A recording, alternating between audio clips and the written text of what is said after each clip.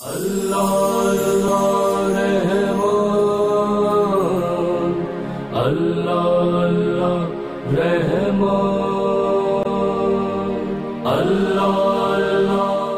بسم اللہ الرحمن الرحیم۔ السلام علیکم ناظرین، آپ دیکھ رہے ہیں پروگرام ماہ رمضان معرف قرآن۔ میں آپ کا میزبان محمد ارسلان فاروق۔ ناظرین، آج کا ہمارا موضوع ہے احترام والدین۔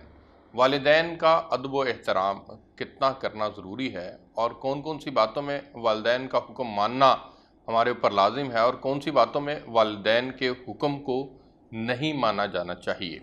کیا اس کے متعلق شریعت کہتی ہے؟ اللہ رب العزت کا حکم کیا ہے؟ حضور صلی اللہ علیہ وآلہ وسلم کا مبارک تعلیمات کیا ہیں، اور کس طرح سے صحابہ کرام رضوان اللہ اجمعین نے والدین کے احترام کو ہمارے سامنے مثال بن کر پیش کیا۔ قرآن پاک کے اندر اس کے متعلق کیا احکامات ہیں، اس کے اوپر بھی آج کے پروگرام کے اندر بات کریں گے۔ اوورآل آج ہم والدین کے احترام کے موضوع کے اوپر اپنے پروگرام کے اندر گفتگو کریں گے۔ میرے ساتھ تشریف رکھتے ہیں صاحبزادہ محمد نواز قاسم صاحب، اسکالر ہیں، اسلامک اسکالر۔ بہت شکریہ قاسم صاحب آپ کا پروگرام کے اندر جوائن کرنے کے لیے۔ ان کے ساتھ تشریف رکھتے ہیں علامہ امجد علی عابدی صاحب۔ علامہ صاحب آپ کا بہت شکریہ پروگرام میں جوائن کرنے کے لیے۔ ان کے ساتھ تشریف رکھتے ہیں مولانا محمد حسین گولڑوی صاحب، آپ بھی اسلامک اسکالر ہیں، آپ کا بہت شکریہ مولانا پروگرام میں جوائن کرنے کے لیے۔ میں ہدیہ نعت کے لیے محمد اجمان سے گزارش کروں گا کہ وہ ہدیہ نعت پیش کریں، پھر ہم اپنی گفتگو کا آغاز کرتے ہیں۔ دل میں نبی کی یاد نے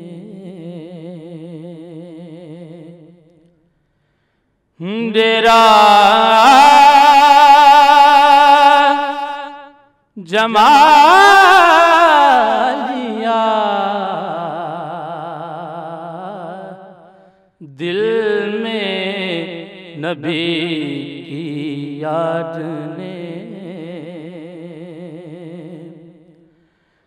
دل میں نبی کی یاد نے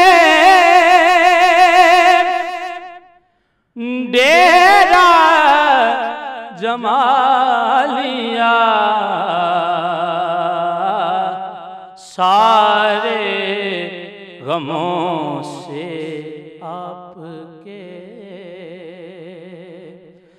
غم نے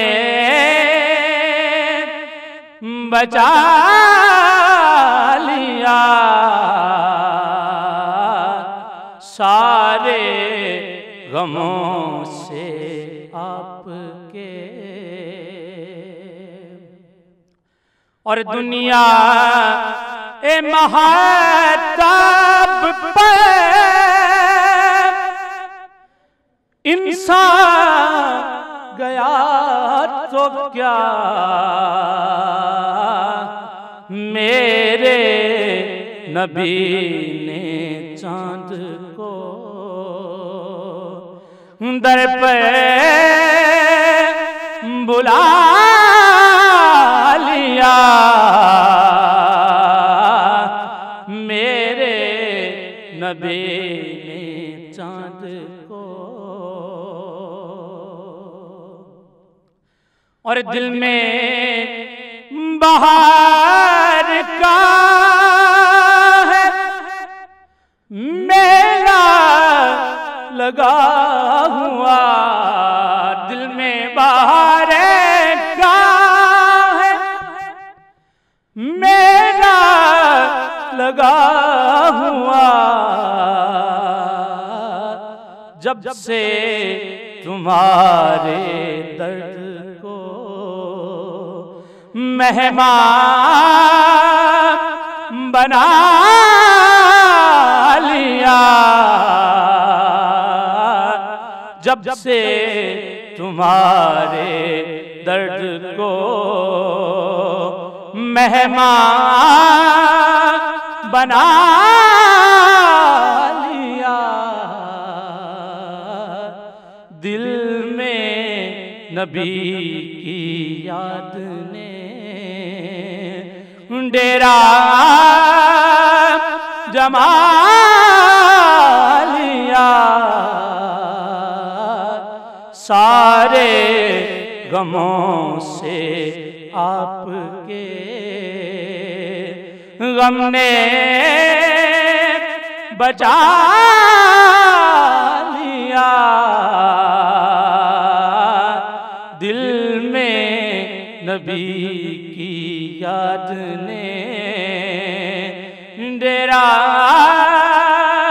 جمالیا دل میں نبی کی یاد نے، اور پلکوں پہ نہ سر رکھ کے اشکوں کے کچھ دیے ہم نے تمہیں کو یوں ہی سجا لیا،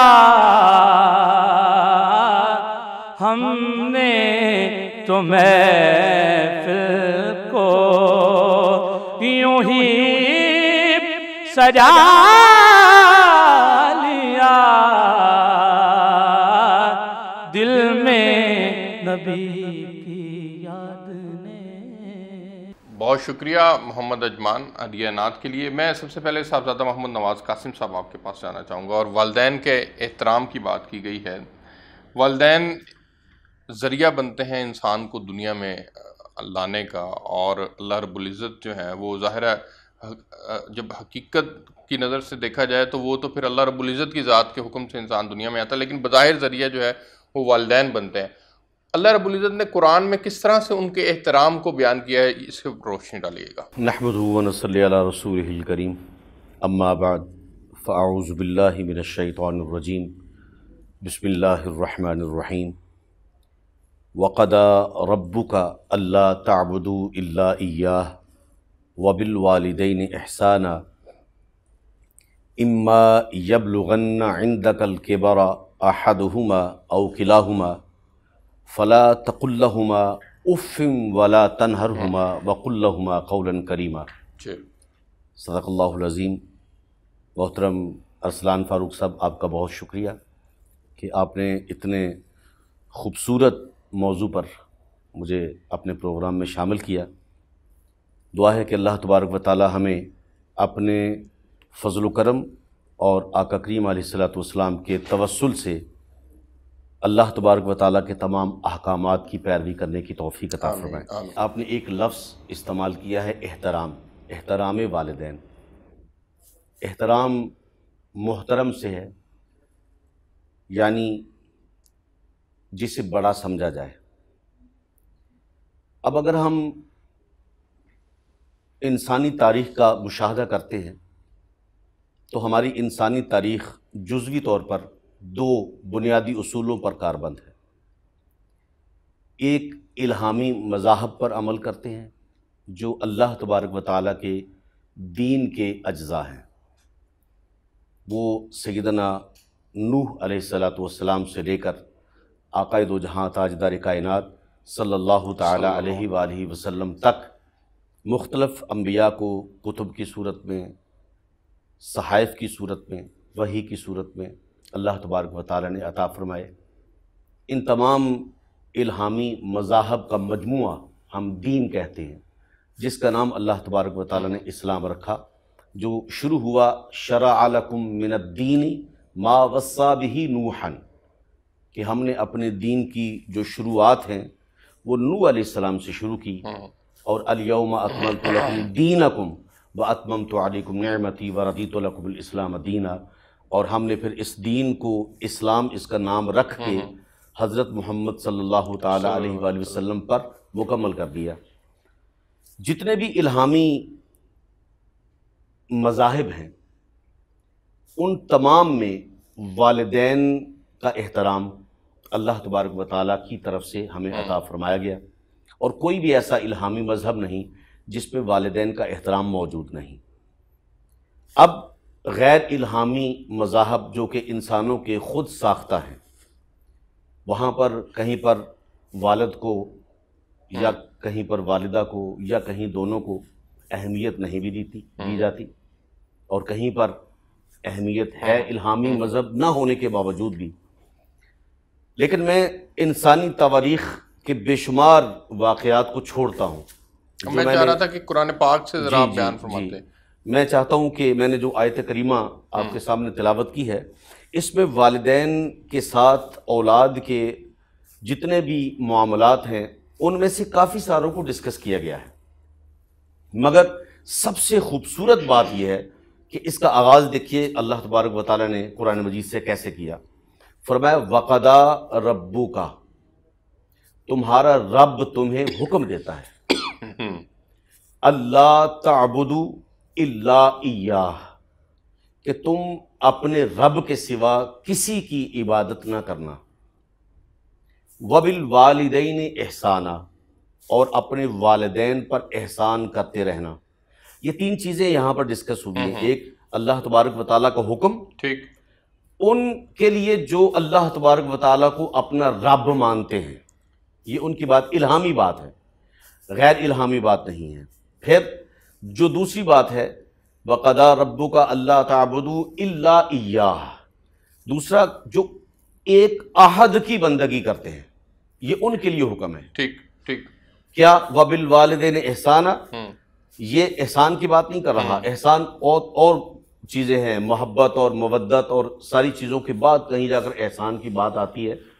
آگے جو اب اگلی بات ہے وَبِالْوَالِدَيْنِ احسانا اِمَّا يَبْلُغَنَّ عِنْدَكَ الْكِبَرَ أَحَدُهُمَا أَوْ كِلَاهُمَا، ان دونوں میں سے کوئی ایک یا دونوں تمہاری زندگی میں بڑھاپے کو پہنچ جائیں، فَلَا تَقُلْ لَهُمَا أُفٍّ وَلَا تَنْهَرْهُمَا، تمہیں یہ اختیار نہیں کہ ان کے کسی قول پر، ان کے کسی فعل پر، ان کی کسی بات پر، ان کی کسی ضرورت پر انکار کرو۔ اس میں سورہ بنی اسرائیل کی آیت نمبر 24 ہے، اس کا ترجمہ پیش کرتا ہوں۔ اور تیرا پروردگار صاف صاف حکم دے چکا ہے تم اس کے سوا اور کسی کی عبادت نہ کرنا اور اپنے ماں باپ کے ساتھ احسان کرنا، اگر تیری موجودگی میں ان میں سے ایک یا دونوں بڑھاپے کو پہنچ جائیں تو ان کے آگے اف بھی نہ کہنا۔ جی یہی آیت ہے جو میں پڑھ رہا ہوں، جو آپ پڑھ رہے ہیں، نہ انہیں ڈانٹ ڈپٹ کرنا بلکہ ان کے ساتھ ادب و احترام سے بات کرنا۔ یہ جو آپ نے کہی، اس کا ایگزیکٹلی میں نے کہا ذرا لفظی ترجمہ جو ہے ایگزیکٹلی وہ بتا دو۔ میں آگے بڑھنا چاہوں گا اور علامہ امجد علی عابدی صاحب آپ کے پاس جانا چاہوں گا۔ سر آپ ذرا والدین کی شان بیان کیجئے گا کہ اللہ رب العزت نے والدین کی جو شان ہے وہ کس طرح سے بیان کی ہے، حضور صلی اللہ علیہ وسلم نے کس طرح سے بیان کی؟ ماشاء اللہ، لا حول ولا قوة الا باللہ العلی العظیم، اعوذ باللہ من الشیطان الرجیم، بسم اللہ الرحمن الرحیم۔ بہت شکریہ جناب ارسلان فاروقی صاحب کہ آپ نے ایک اہم موضوع پر گفتگو کے لیے مجھے زحمت دی ہے۔ میں 2-3 موضوعات کو اختصار کے ساتھ اس مختصر پروگرام میں سمیٹنا چاہتا ہوں۔ قرآن مجید کی متعدد آیات والدین کے مقام اور مرتبے کے حوالے سے جو ہے وہ قرآن مجید میں موجود ہیں۔ خلاق عالم کی طرف سے حکم ہے کہ جس میں خداوند متعال نے جہاں اپنی اطاعت کا حکم دیا ہے اس کے فوراً بعد والدین کی اطاعت کا حکم دیا، اور سورہ مبارکہ عنکبوت میں مطلقاً نہ یہ کہ بحیثیت مسلمان خداوند متعال نے عالم بشریت کو خطاب کیا اور فرمایا وَوَصَّيْنَا الْإِنسَانَ بِوَالِدَيْهِ حُسْنًا، کہ خداوند متعال کہتا ہے کہ میں تمہیں وصیت کرتا ہوں کہ بحیثیت انسان تم اپنے والدین کے ساتھ نیکی کرو۔ تو والدین کے ساتھ نیکی یہ تقاضۂ بشریت ہے، تقاضۂ انسانیت ہے۔ جب کہ ہم الحمدللہ مسلمان ہیں تو ہمارے لیے پیغمبر گرامی اسلام کی سیرت مشعل راہ ہے۔ پیغمبر گرامی اسلام کے حوالے سے آپ نے سوال کیا ہے تو تھوڑا سا مجھے وقت دیجیے گا کہ میں اس پیغمبر اکرم کی حدیث کو مکمل کر دوں اور انشاءاللہ ناظرین کے لیے جو ہے وہ مقام والدین وہ روشن ہوگا۔ پیغمبر گرامی اسلام نے ارشاد فرمایا کہ اس دنیا میں 3 طرح کے لوگ بدبخت شمار ہوتے ہیں، یہ صادق رسول کا فرمان ہے، اور ظاہر ہے کہ رسول اللہ صلی اللہ علیہ وآلہ وسلم اپنی طرف سے کچھ ارشاد نہیں فرماتے۔ بے شک خداوند متعال نے پیغمبر گرامی اسلام کی زبان پر وحی کا تالا لگایا ہوا ہے اور فرمایا وما ینطق عن الهوى ان هو الا وحی یوحی، کہ رسول اپنی منشا سے گفتگو نہیں کرتا، یہ جو کہتا ہے وہ وحی ہوتا ہے جو میری وحی ہوتی ہے، رسول وحی کے بغیر نطق نہیں کرتے۔ تو وحی کے بغیر نہ بولنے والے رسول صلی اللہ علیہ وآلہ وسلم ارشاد فرماتے ہیں کہ دنیا میں 3 طرح کے لوگ بدبخت ہیں۔ صحابہ کبار رضوان اللہ تعالی علیہم اجمعین تشریف فرما تھے، انہوں نے پوچھا یا رسول اللہ صلی اللہ علیہ وسلم وہ بدبخت کون ہے؟ تو صادق رسول ارشاد فرماتے ہیں کہ پہلا بدبخت وہ ہے کہ جو ماہ مبارک رمضان کو پالے اور پھر اس کے ذمے کوئی گناہ رہ جائے۔ اللہ، ہم اس وقت ماہ سیام میں اور آخری عشرے سے ہم گزر رہے ہیں، اور ماہ سیام جو ہے وہ اپنی آخری منزلوں کو ہے اور اختتامی مراحل میں ہے۔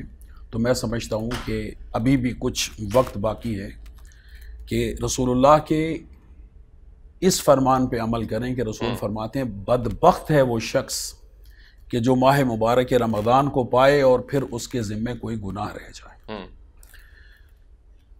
طریق اہل بیت سے جو روایات ہم تک پہنچی ہیں، رسول اللہ کے فرزند امام جعفر صادق علیہ السلام کا ارشاد ہے کہ جب ماہ مبارک رمضان گزرتا ہے تو مومن اس طرح گناہوں سے پاک ہوتا ہے کہ جیسے وہ آج دنیا میں آیا ہے، جیسے وہ آج شکم مادر سے متولد ہوا ہے، اللہ اس کے گناہ معاف کر دیتا ہے۔ اللہ، حالات حاضرہ کے حوالے سے میں ضرور چاہوں گا کہ ایک جملہ ہدیہ کروں، چونکہ وہ متصل ہے میری گفتگو کے ساتھ، کہ اس کرونا وائرس کی وجہ سے خداوند متعال تمام عالم بشریت کو بالعموم و بالخصوص عالم اسلام کو اس وبا سے نجات عطا فرمائے۔ آمین آمین۔ مشکل لگ رہا ہے کہ اس سال جو ہے وہ دنیا بھر کے مسلمان جو ہے وہ حج بیت اللہ کے لیے جا سکے، اگرچہ یہ ابھی کہنا قبل از وقت ہے، لیکن حالات اور آثار ایسے، پریڈکشنز یہی ہیں، یہ ایسے۔ اس حوالے سے میرا یہ جملہ انتہائی اہمیت رکھتا ہے جو میں نے رسول اور آل رسول کے ریفرنس سے آپ کی خدمت میں عرض کیا کہ رسول نے فرمایا وہ بدبخت ہے جو ماہ رمضان کو پائے اور پھر اس کے ذمے کوئی گناہ رہ جائے، اور انہی کے بیٹے ارشاد فرماتے ہیں کہ جب ماہ مبارک رمضان گزرتا ہے تو مومن اس طرح گناہوں سے پاک ہوتا ہے جس طرح وہ آج دنیا میں آیا۔ ایسی ہی روایات ان حجاج بیت اللہ الحرام کے لیے ہیں کہ جو حج کے لیے جاتے ہیں اور لاکھوں روپیہ خرچ کرتے ہیں اور پھر وہ وقوف عرفات کرتے ہیں 9 ذی الحجہ کو، شرعی زوال آفتاب سے لے کے اور شرعی غروب آفتاب تک میدان عرفات میں قیام کرتے ہیں۔ ہاں جی، یہ حج کا رکن اعظم ہے، ہاں جی، اور اس کے بارے میں بھی یہ روایت ہے کہ جو حج کے لیے جائے اور وقوف عرفات کرے تو جیسے ہی عرفات کے دن سورج غروب کرتا ہے تو حاجی اس طرح گناہوں سے پاک ہوتا ہے جیسے ماں آج کے دنیا پیٹ میں سے۔ آیا، اللہ، یعنی اس کے گناہ معاف ہو جاتے ہیں ایسے ہی جو بالکل وقوف ٹھیک۔ عرفات کرتا ہے۔ اور یہ جو وقوف عرفات ہے جو 9 ذی الحجہ کو ہوتا ہے، اس میں بھی مسلمان گناہوں سے پاک ہو جاتا ہے۔ اسی طرح جب ماہ رمضان گزرتا ہے تو مسلمان گناہوں سے پاک ہو جاتا ہے۔ یعنی مجھے یہ کہنے کی اجازت دیں کہ گویا کہ یہ ماہ مبارک رمضان حج بیت اللہ الحرام کا بدل ہے، وقوف عرفات کا بدل ہے۔ سبحان اللہ۔ اور اگر میں یہ جملہ کہوں تو یہ جملہ مناسب ہے کہ یہ مفلسین کا اور غریبوں کا حج ہے، اللہ، ماہ مبارک رمضان۔ اور اس سے فائدہ اٹھانے کی ضرورت ہے۔ آپ کی حدیث کا بھی کچھ حصہ باقی ہے، لیکن بہت میری سارا بریک باقی ہے، پروگرام کے جی اندر لے لیں، جو ہے وہ شامل کرنی ہے۔ پروگرام کے اندر بریک شامل کرتے ہیں جی، پھر علامہ امجد علی عابدی صاحب سے درخواست کریں گے کہ وہ اپنی گفتگو کو مکمل کریں۔ میرے ساتھ رہیے۔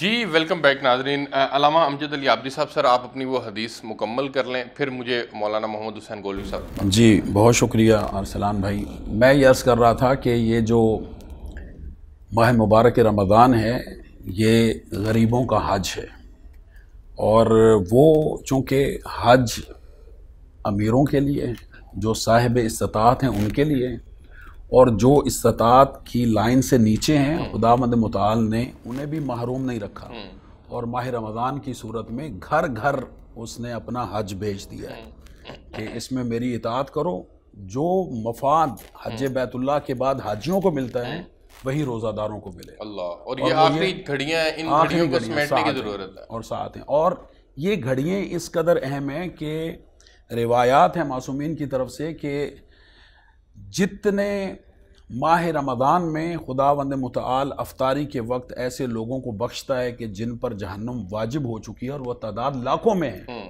اور یہ جو آخری ساعتیں ہیں ہر شب میں پورے ماہ رمضان مبارک میں بخشے گئے لوگوں کو اتنی تعداد میں اللہ ان آخری شبوں میں بخشتا ہے۔ بے شک، کوئی شک نہیں ہے۔ اچھا حضرت وہ حدیث مکمل کر لیں والدین کا، جی جس وہ میں میں ذکر آتا مکمل ہے کروں۔ اس میں پہلا بدبخت رسول اللہ نے فرمایا کہ وہ ہے کہ جو رمضان کو پائے ماہ اور رمضان اپنی کو پالے مقصد اور کروا اس کے سکے۔ ذمہ کوئی گناہ رہ جائے۔ اور پھر جو ہمارا آج کا موضوع ہے والدین کے حوالے سے، اس کے بارے میں پیغمبر گرامی اسلام صلی اللہ علیہ وآلہ وسلم نے ارشاد فرمایا، جب اصحاب نے پوچھا یا رسول اللہ وہ دوسرا بدبخت کون ہے، تو رسول اللہ نے فرمایا کہ دوسرا بدبخت وہ ہے کہ جس کے والدین زندہ ہوں اور پھر وہ جہنم میں چلا جائے۔ اللہ،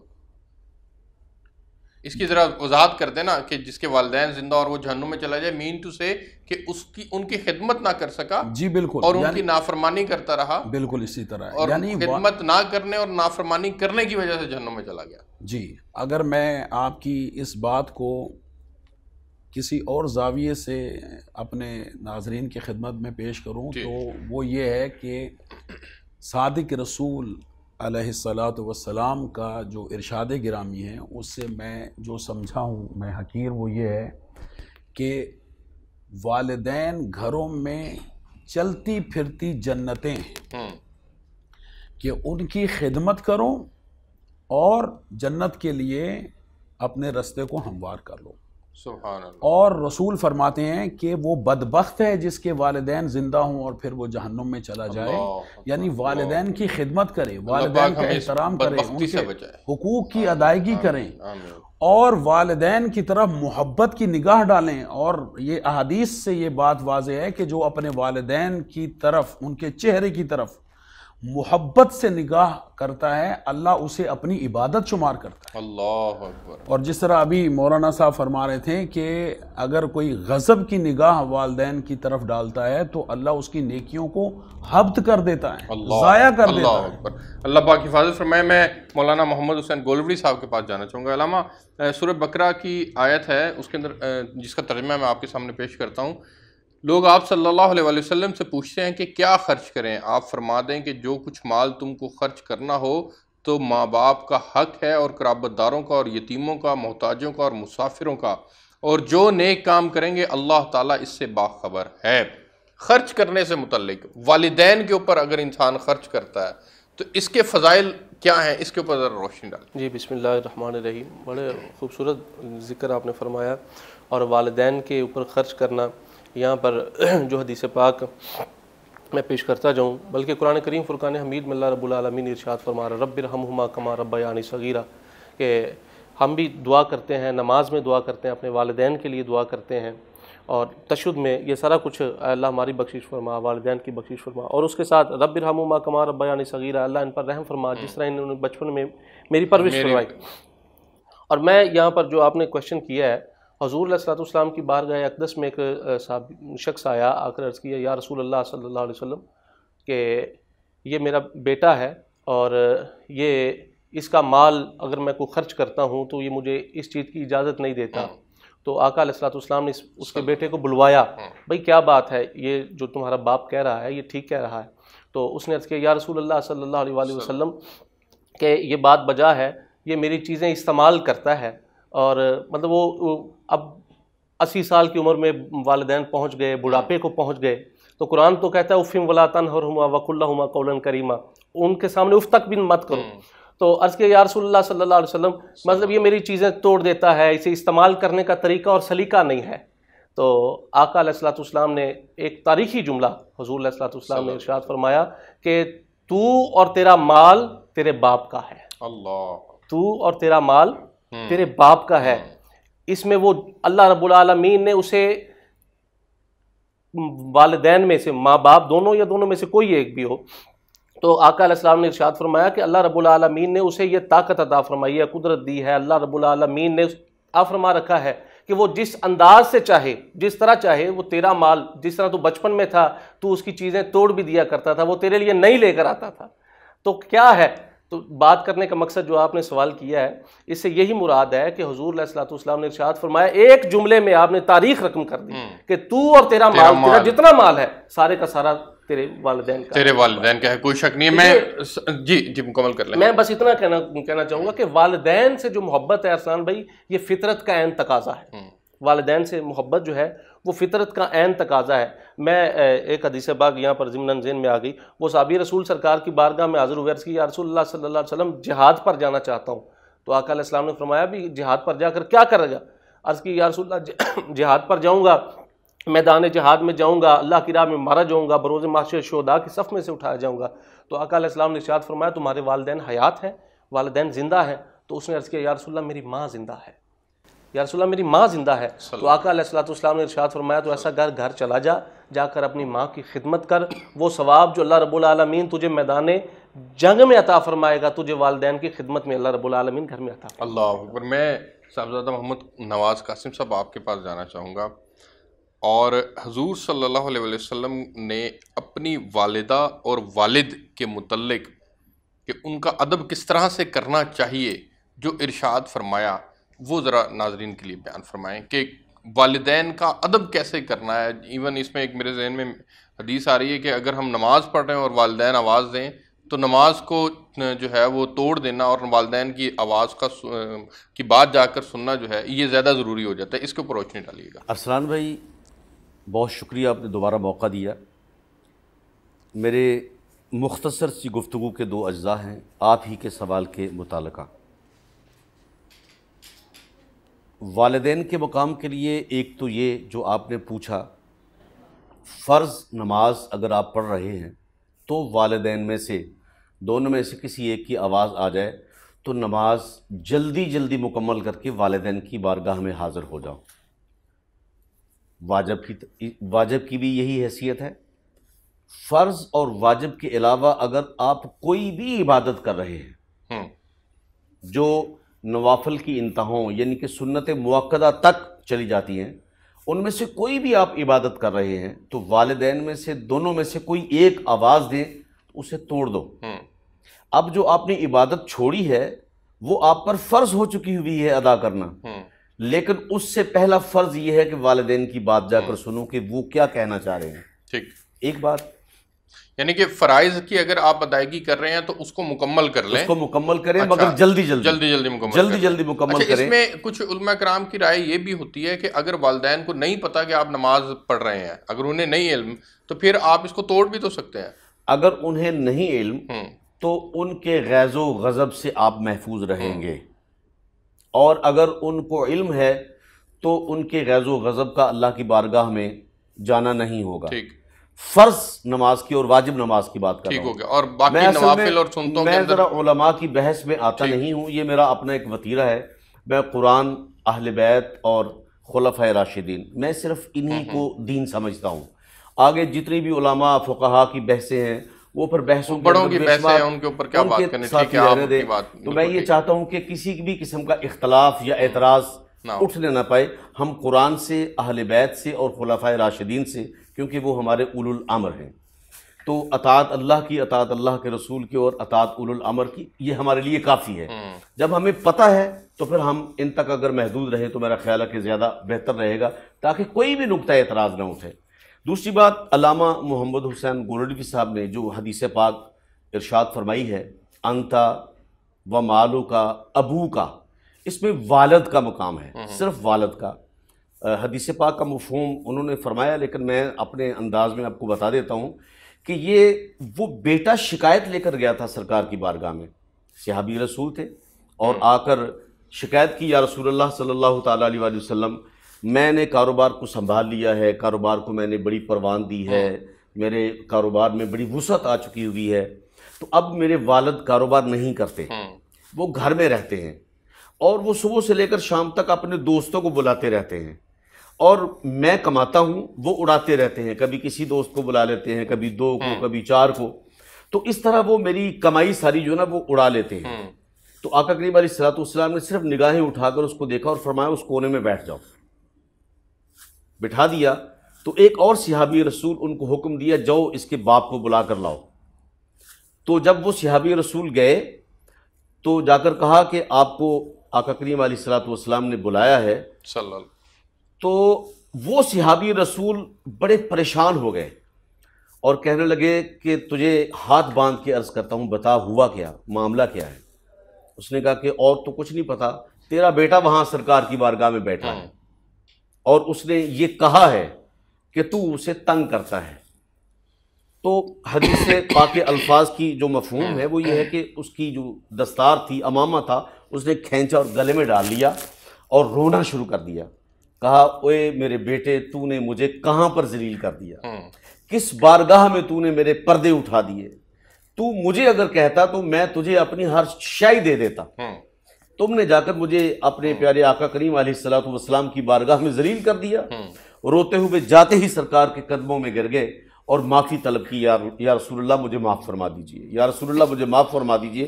فرمایا آپ بیٹھیں، کوئی بات چیت نہیں کی، بیٹے کو بلایا، بٹھا کر کہا سنو، انت و مالو کا، تو اور تیرا سارا کا سارا مال، وہ تیرے باپ کا، وہ ابو کا، وہ تیرے باپ کی ملکیت ہے۔ میں عرض کرنا چاہتا ہوں، بریک پہ جانا ہے جی بریک سے پہلے ایک چھوٹی سی عرض کرتا ہوں، مکمل کریں، صرف ایک جملہ۔ دیکھیے جب انسان بچپن میں ہوتا ہے نا، چھوٹا ہوتا ہے، تو والدین کو یہ پتا ہوتا ہے اس کی ضرورت کیا ہے، فیڈر کب دینا ہے، اس کو کپڑے کب پہنانے ہیں، اس کو پیمپر کب لگانا ہے۔ وہ اولاد جو اپنے والدین کی ضروریات سے نا واقف ہوں، وہ حضرت کی گفتگو کے پیش نظر بدبخت ہیں۔ بالکل ٹھیک ہے، اور وہ اللہ جو ہماری حفاظت فرمائے۔ جی ٹھیک ہے، ہماری اللہ پاک حفاظت فرمائے۔ مجھے آگے بڑھنا ہے، اور آگے بڑھ کر اگر ہم کوئی خدا نخواستہ کسی وجہ سے والدین کی نافرمانی کرتا ہے، اور جس طرح سے آپ نے ایک حدیث بھی بیان فرمائی کہ وہ اگر والدین بڑھاپے میں ان کو پائے اور پھر اپنی ظاہر مغفرت یا بخشش نہ کروا سکے، ان کی خدمت کر کے جنت کا حصول ممکن نہ کروا سکے، تو اس کے لیے حضور صلی اللہ علیہ وسلم کی وہ بد دعا، اور حضرت جبرائیل امین نے جس کے اوپر آمین کی بد دعا، اور حضور صلی اللہ علیہ وسلم نے جس پہ آمین کہا، وہ کافی ہے۔ مجھے آگے بڑھنا ہے جی، ایک بریک لیتے ہیں پروگرام کے اندر، بریک سے واپس آئیں گے تو پھر گفتگو کریں گے کہ حضور صلی اللہ علیہ وسلم نے ماں باپ کا جو کے متعلق جو بیان فرمایا کہ متعدد صحابہ نے متعدد سوالات کیے۔ ایک صحابی کا سوال یہ تھا کہ یا رسول اللہ سب سے بڑا گناہ کیا ہے؟ تو آپ صلی اللہ علیہ وسلم نے فرمایا کہ بڑے گناہوں میں سے ایک بڑا گناہ والدین کی نافرمانی بھی ہے۔ پروگرام کے اندر بریک شامل کرتے ہیں، میرے ساتھ رہیے گا۔ اللہ اللہ رحمان